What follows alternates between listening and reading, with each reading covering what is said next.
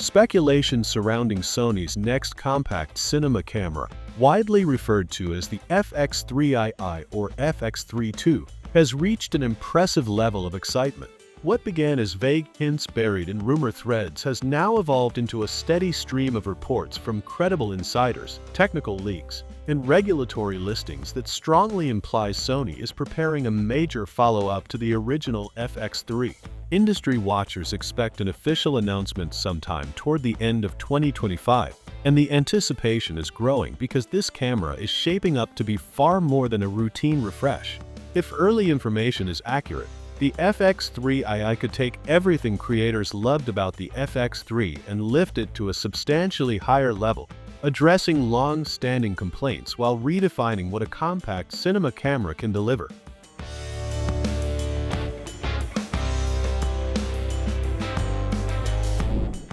When Sony first released the FX3, it made an immediate impact. Filmmakers were drawn to its small form factor, practical cage-free mounting options, and excellent low-light performance.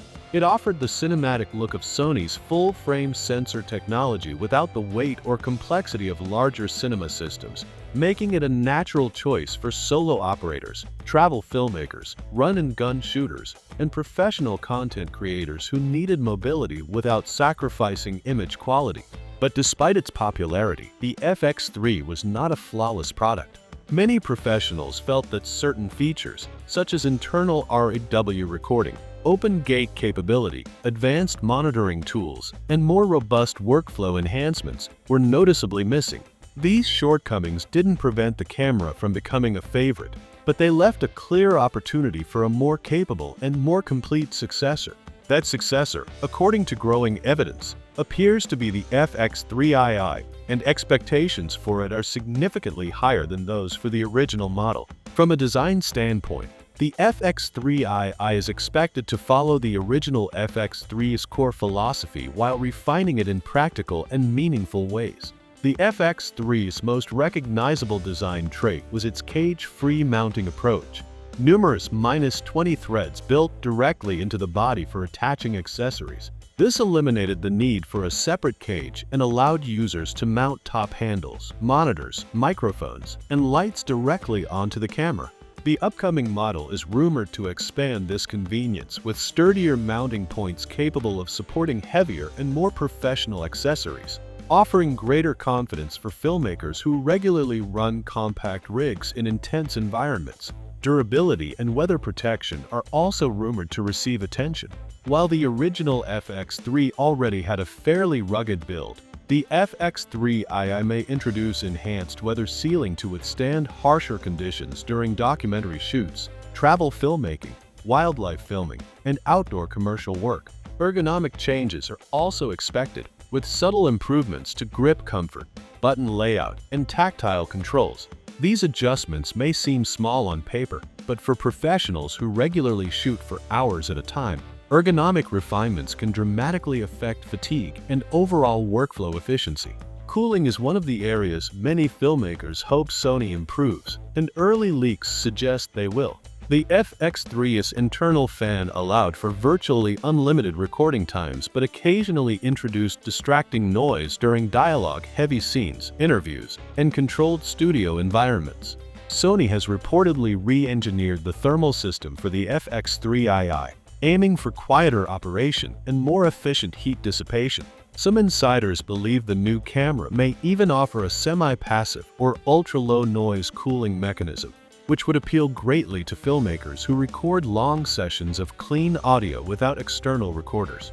Another likely improvement is the articulating screen. The original FX3 had a functional display, but newer Sony models feature more sophisticated multi-axis articulating screens that avoid interference from cables and accessories. If the FX3 II adopts Sony's latest LCD design, allowing free tilting, flipping, and rotation, it would significantly benefit solo shooters who rely heavily on the rear screen for composition and monitoring. A more flexible and more durable screen would also improve usability in tight shooting conditions, on gimbals, or when filming at unconventional angles. One of the most anticipated upgrades in the FX3 II rumors is the inclusion of built-in electronic ND filters.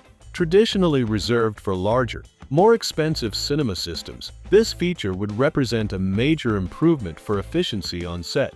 Built-in NDs allow instant exposure control without needing to screw on variable filters or carry stacks of external glass. For documentary filmmakers, wedding videographers, travel vloggers, and small crews, this would drastically reduce setup time and improve consistency when shooting in unpredictable lighting conditions. Many creators consider built-in NDs one of the most transformative cinema features, and adding them to a compact body would immediately elevate the FX3 II's professional value. The sensor is where most of the excitement is concentrated. Rumors suggest Sony is developing a new full-frame sensor capable of 6K or 6K oversampled 4K recording. This represents a clear jump from the FX3's 12.1 megapixel sensor. While resolution alone doesn't determine image quality, a 6K sensor could deliver sharper detail, improved oversampling, and more cropping flexibility in post-production. This would be especially useful for commercial work, documentary filmmaking, and multi-format content distribution where reframing is common. Some leaks have even hinted at global shutter technology or near global shutter performance. A true global shutter would eliminate rolling shutter entirely, preventing skewed lines, jello effects, and distortions during fast movement. This would be invaluable for action filmmaking, sports cinematography, FPV drone work, and handheld shooting with rapid motion.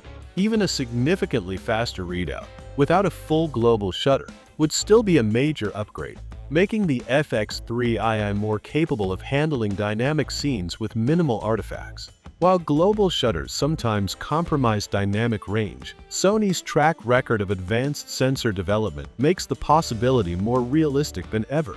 Autofocus is another area almost guaranteed to improve. Sony has been refining its AI-based autofocus algorithms across its entire camera lineup, and the FX3 II is expected to inherit the latest advancements. This includes improved subject recognition, more accurate face and eye tracking, and sophisticated prediction algorithms that maintain focus even in chaotic or rapidly changing environments.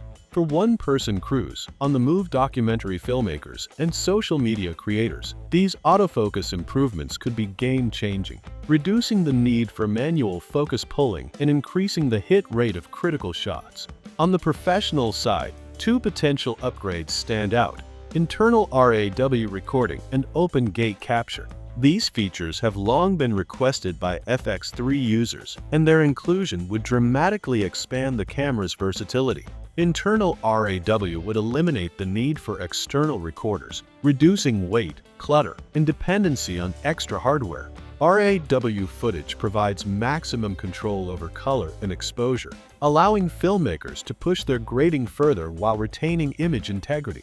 Open gate recording would use the full sensor area. Ultimately, the FX3 II appears to be far more than a minor update.